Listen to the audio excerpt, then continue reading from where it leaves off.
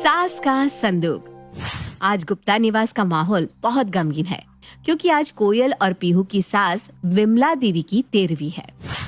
माँ, तुम हमें छोड़कर क्यों चली गई? ऐसी भी क्या जल्दी थी? एक बार भी नहीं सोचा तुम्हारे बिना तुम्हारी ये बेटी कैसे जिएगी? अपने आप को संभालो मयूरी। देखो माँ जी जहाँ भी होंगी ना, जरूर तुम्हें देख रही होंगी। अगर तुम ऐसे ही रोती रहोगी तो उनकी आत्मा को कितनी तकलीफ पहुंचेगी। माँ जी को गए 13 दिन हो गए हैं। अब उन्हें याद करके आंसू बहाना बंद कर दो, मोह माया से आजाद कर दो उन्हें। तभी तो उनकी आत्मा दूसरे लोक में शांति से रह पाएगी। कोयल अपनी ननद मयूरी को दिलासा दे रही थी। तभी मयूरी के पति मुकुल का फोन बजने लगता है। हेलो, कौन बोल रहा है? जिज्जी हमें छोड़कर चली गई। जिज्जी एक बार अपने छोटे से तो मिल लेती, हमारे अरमान तो दिल में ही दबे रह गए। देखिए आप शांत हो जाइए। अब ईश्वर की मर्जी के आगे किसी की कहाँ चलती है। हम भी माँ के जाने से बहुत दुखी हैं, लेकिन क्या कर सकते हैं। वैसे माफ कीजिए, हमने आपको पहचाना नहीं। अरे बेटा, हम तुम्हारे मामा लगते हैं। विमला जिज्जी के मामा के साले के बेटे हैं हम। अच्छा, हम शायद पहले कभी मिले नहीं है ना। माँ ने कभी बताया नहीं आपके बारे में, इसीलिए मैं आपको पहचान नहीं पाया। हम तो जिज्जी को उनका हिस्सा देना चाहते थे। जब आखिरी बार मिले थे ना, तो उनसे वादा किया था उनकी अमानत को जीवन भर संभाल कर रखेंगे। बरसों बाद जब मुझे जिज्जी का हिस्सा वापस लौटाने का ख्याल आया तो मैंने उनका पता निकालने की कोशिश की, और तभी हमको पता चला कि जिज्जी तो हमें छोड़कर चली गई। हाय, अपनी अमानत तो लेती जाती। अरे एक बार देख भर लेती कि उनकी अमानत को कैसे संभाल कर रखे हुए हैं, तो हमारे मन को सुकून मिल जाता। अब हम जीजी का हिस्सा ज्यादा दिनों तक अपने पास नहीं रखना चाहते। क्या पता कब हमारा भी बुलावा आ जाए। ऊपर जाकर हमें भी तो जीजी को जवाब देना होगा ना। क्या मम्मी का हिस्सा, और आप उसे लौटाना चाहते हैं? अच्छा ठीक है मामा जी, अब परेशान मत होइए, आप यहाँ आ जाइए। जो भी माँ का हिस्सा था, कानूनन तो अब उस पर मेरा ही अधिकार हुआ ना, तो आप वो हिस्सा मुझे दे सकते हैं। अच्छा ठीक है बेटा, मैं जीजी का हिस्सा लेकर तुम्हारे घर आ जाता हूँ। तुम जीजी का हिस्सा ले लो तो हम भी भार मुक्त हो जाएं। अरे भैया, किसका फोन था? आगरा से सूर्यकांत मामा का फोन था। ये कौन सी मामा है? मैं तो किसी सूर्यकांत मामा को नहीं जानती। अरे वो मम्मी के दूर के रिश्ते के भाई है। कह रहे थे माँ की कोई अमानत है जिसका आधा हिस्सा वो हमें देना चाहते हैं। वाह भैया, वो सब तो ठीक है, लेकिन माँ के जाने के बाद सब कुछ आपका हो गया। आपने ऐसा कैसे कह दिया? आपको ऐसा नहीं कहना चाहिए था। हम 3 भाई बहन हैं, तो कायदे से सब कुछ 3 हिस्सों में बंटना चाहिए ना। मैंने कुछ गलत तो नहीं कहा? भैया देखो, मामा जी जो भी कीमती चीजें ला रहे हैं उनको 2 हिस्सों में बांटना चाहिए या 3 में, ये सब हम बाद में डिसाइड करेंगे। फिलहाल तो मामा जी की खातिरदारी का इंतजाम करते हैं। अरे कोई अपनी कीमती चीज यूं ही थोड़े हमारे नाम कर जाएगा। एकदम सही कह रहा है तू छोटे। हम लोग मामा जी की ऐसी खातिरदारी करेंगे कि वो जो भी लाए होंगे ना, उसे देने पर मजबूर हो जाएंगे। मुकुल, इंद्र, उनकी पत्नियां और बहन मयूरी पल के बिछाकर मामा जी का इंतजार करने लगते हैं। देखो मुकुल, ये पीहू और इंद्र को तुम कम मत समझना। मामा जी के आते ही वो दोनों पूरा जोर लगाएंगे कि मामा जी उनके पक्ष में हो जाए, और जो भी लाखों का माल वो लाए वो सब पीहू के हत्थे चढ़ जाए। लेकिन हमें भी पीछे नहीं हटना है। अगर इस समय हम कमजोर पड़ गए ना, तो सारा माल हमारे हाथ से निकल जाएगा। बिल्कुल ठीक कह रही हो तुम। देखो ना कैसे माँ के हिस्से की बात सुनकर मयूरी भी फटाफट अपना हिस्सा लेने के लिए सामने आ गई। माँ के जाते ही बड़े भाइयों का लिहाज भी खत्म हो गया। अब तो उसे भी घर में बराबरी की हिस्सेदारी चाहिए। देखो मुकुल, मामा जी आगरा के एक छोटे से गांव से आ रहे हैं। अगर हम उन्हें कुछ अच्छे कपड़े गिफ्ट कर दे तो कैसा रहेगा? बहुत बढ़िया। मैं ऐसा करता हूँ, एक बढ़िया कश्मीरी पश्मीना मंगा लेता हूँ और इम्पोर्टेड सिल्क का कुर्ता पजामा भी ले आता हूँ। जैसे ही मामा जी घर में घुसेंगे, तुम थाली सजाकर उनकी आरती करना, और फिर मैं कुर्ता पजामा और शॉल देकर उनका स्वागत करूंगा। फिर तुम देखना, मामा जी तो मुरीद हो जाएंगे हमारी मेहमान नवाजी के। और वैसे भी तुमने सुना होगा ना, first impression is the last impression. हम अपना पहला इम्प्रेशन इतना जोरदार रखेंगे कि उसके बाद इंद्र और मयूरी चाहे जो भी लेकर आए, मामा जी हमारा पाला छोड़कर कहीं नहीं जाने वाले। अरे पतिदेव, प्लान तो आपने बहुत फुल प्रूफ बनाया है। लेकिन ये पश्मीना और इम्पोर्टेड कपड़े की कीमत पता है आपको? इतना पैसा आएगा कहाँ से? अभी माँ जी की 13वीं में पैसा लगाया है, अब अचानक से ये रुपया कहाँ से लाएंगे? एक पश्मीना शॉल कम से कम 10,000 का आएगा। इम्पोर्टेड कुर्ता पजामा भी 5,000 6,000 से कम में नहीं मिलेगा। अरे वो जो बचत करके महीने के खर्च के पैसे रखे हैं ना, उनमें से ही निकाल लो। एक बार अगर मामा जी खुश हो गए ना, तो हमें लखपति बनने से कोई नहीं रोक पाएगा। फिर तो हमारी चांदी ही चांदी है। महीने के खर्च के बचे हुए पैसों से ही मुकुल और कोयल मामा जी के लिए तोहफे खरीद कर लाते हैं। 2 दिन बाद दोपहर के 3 बजे दरवाजे पर दस्तक होती है। लगता है मामा जी आ गए। मैं आरती की थाली लेकर आती हूँ, आप जल्दी से गिफ्ट वाला बैग लेकर आइए। मयूरी जाकर दरवाजा खोलती है तो देखती है कि सामने सफेद रंग का कुर्ता पजामा पहने हुए एक बुजुर्ग आदमी खड़े हुए हैं, जिनके हाथ में एक बड़ा सा पुराना संदूक भी है। लगता है मामा जी संदूक में जरूर कुछ कीमती सामान लेकर आए हैं, जो वो माँ जी को देना चाहते थे। अरे मामा जी लाइए लाइए, आपका ये सामान मैं उठा लेती हूँ, बहुत भारी होगा ना? अरे नहीं नहीं, वैसे ज्यादा भारी तो नहीं है, फिर भी तुम्हारी इच्छा है तो ठीक है, तुम्हें उठाकर अंदर ले चलो। अरे कोयल, कहाँ रह गई तुम? जल्दी से आरती की थाल लेकर आओ ना। मयूरी सारे नंबर बढ़वा लेगी और तुम थाली ही सजाते रह जाओगी। मयूरी, तुम मामा जी का सामान लेकर अंदर चलो। और मामा जी, आप जरा यहाँ रुकिए, पहले मुझे आपकी आरती तो उतार लेने दीजिए।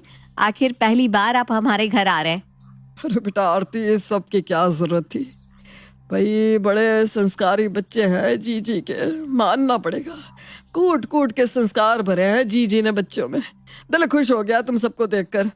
ये लीजिए मामा जी, मैंने कश्मीर से ये शॉल स्पेशली आपके लिए मंगवाई है, ओरिजिनल पश्मीना है। ये मेरी और कोयल की तरफ से आपके लिए एक छोटी सी भेंट।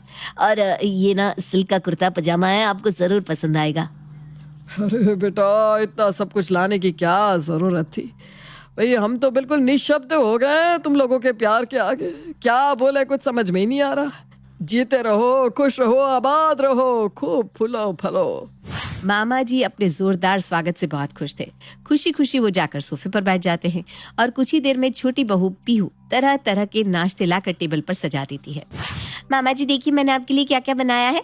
ढोकला, इडली, समोसे, पकोड़े, पोहा। अगर कुछ छूट गया हो ना तो बता दीजिएगा, मैं वो भी बना दूंगी। अरे बेटा, मैं अकेला इतना सब कैसे खा पाऊंगा?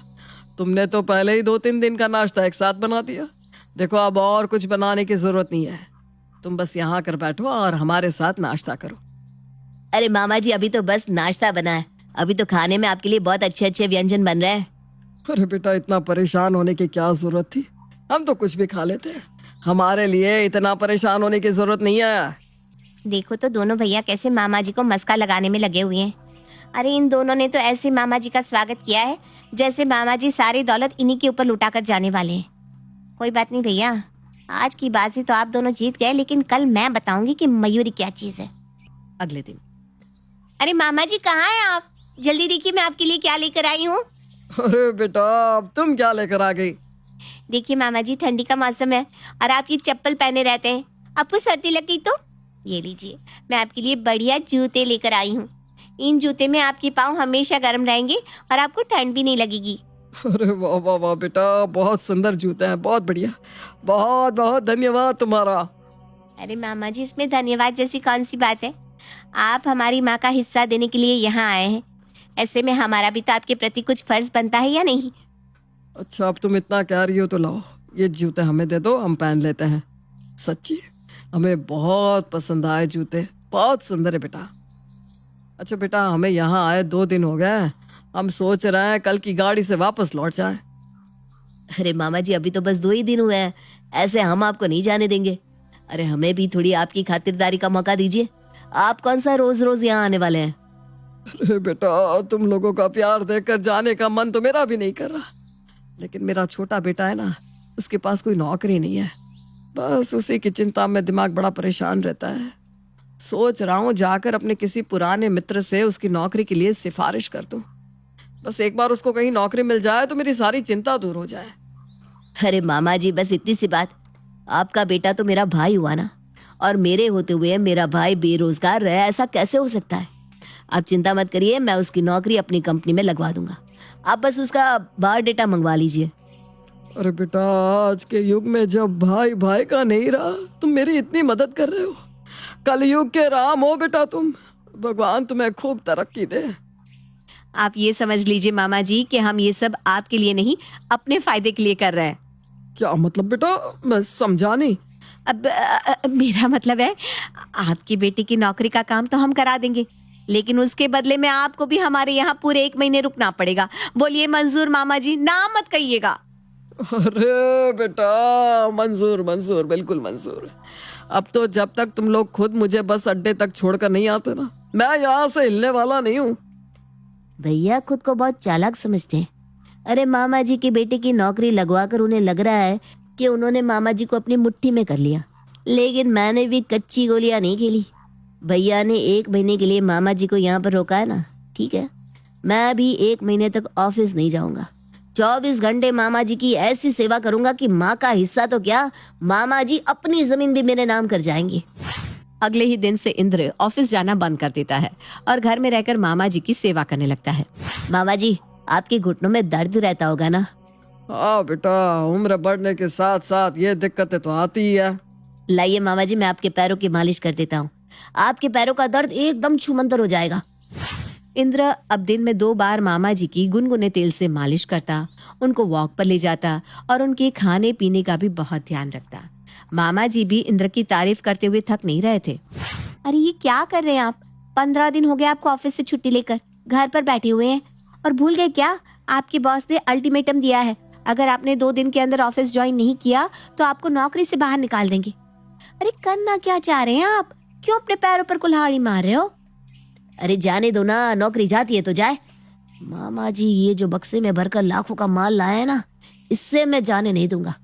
तुम देख नहीं रही हो यहाँ पर क्या चल रहा है? अरे भैया और भाभी और मयूरी कोई कसर नहीं छोड़ रहे मामा जी को इम्प्रेस करने में। अगर मैं ऑफिस चला गया ना तो पीछे से भैंस पानी में चली जाएगी और हम हाथ मलते रह जाएंगे। और तुमसे तो उम्मीद करना ही बेकार है कि तुम कुछ कर पाओगी। तुम तो बस खड़ी खड़ी तमाशा देखते रहना। अरे लेकिन नौकरी चली गई तो क्या करोगे? हमारा घर कैसे चलेगा? कहीं ऐसा ना हो कि हमारे हाथ न माया आए न राम। अरे पीहू, मेरा तो पहले ही ये नौकरी करने का मन नहीं है। इतनी टेंशन इस नौकरी में कि कब से मैं नौकरी छोड़ने के बारे में सोच रहा था। अब बस ये मामा जी वाले लाखों रुपए हाथ में आ जाए तो मैं कोई दुकान खोल लूंगा और ये रोज रोज की बॉस की छिकछिकी खत्म कर दूंगा। इंद्र बॉस के अल्टीमेटम के बाद भी ऑफिस ज्वाइन नहीं करता और घर में रहकर मामा जी की खातिरदारी में ही जुटा रहता है, जिसके कारण उसे नौकरी से हाथ धोना पड़ जाता है। उधर बड़े भाई मुकुल की भी सारी सेविंग्स खत्म हो गई थी, क्योंकि माँ की 13वीं के बाद जो भी थोड़ा बहुत पैसा उनके पास बचा था वो उन्होंने मामा जी के लिए तोहफे खरीदने में खर्च कर दिया था। इधर छोटी बहन मयूरी को भी ससुराल से फोन पर फोन आ रहे थे। अरे बेटा, तेरी माँ की 13वीं को हुए तो 20 दिन बीत गए, अब यहाँ आकर अपना घर भी देखोगी या मायके में ही बैठी रहोगी? देखिए माँ जी, मैं कुछ जरूरी काम के लिए यहाँ रुकी हुई हूँ, जैसे वो काम खत्म होगा मैं वापस आ जाऊंगी। अगर इतना ही मन लग रहा है ना तेरा मायके में, तो ऐसा कर, अपने दोनों बच्चों को भी वहीं ले जा। अजीब बेशर्म लड़की हो तुम, खुद जाकर मायके में बैठी हुई हो और अपने दोनों बच्चों को यहाँ मेरे पास छोड़ रखा है। अरे मेरी उम्र रह गई है क्या बच्चों के पीछे दौड़ने भागने की? अरे माँ जी ना सारा बना बनाया खेल बिगाड़ देंगी। अब इन्हें कैसे समझाऊं कि अगर मैं 1 दिन के लिए भी यहाँ से वापस अपने ससुराल चली गई तो दोनों भैया मामा जी का लाया हुआ सारा माल चट कर जाएंगे और मुझे खुशबू भी नहीं लगने देंगे कि आखिर मामा जी उस संदूक में क्या लेकर आए हैं। आखिर 1 महीने तक जी भर के खातिरदारी कराने के बाद एक दिन मामा जी अपना संदूक लेकर बैठ ही जाते हैं। तुम सबसे इतना प्यार मिला है कि मैं तो भूल ही गया कि आखिर मैं यहाँ आया किस लिए था। आओ, आज मैं तुम सबको वो चीज दिखाता हूँ। मामा जी की ऐसी बात सुनकर सबका दिल धक से रह गया था। आखिर पूरे 1 महीने बाद मामा जी के बड़े से संदूक का राज खुलने वाला था। मामा जी ने अपना संदूक खोला और उसमें से एक सुंदर सा बॉक्स निकालकर सामने टेबल पर रख दिया। हाय, ये तो कोई गहनों का बॉक्स लग रहा है, कहीं इसमें हीरे के जेवरात तो नहीं?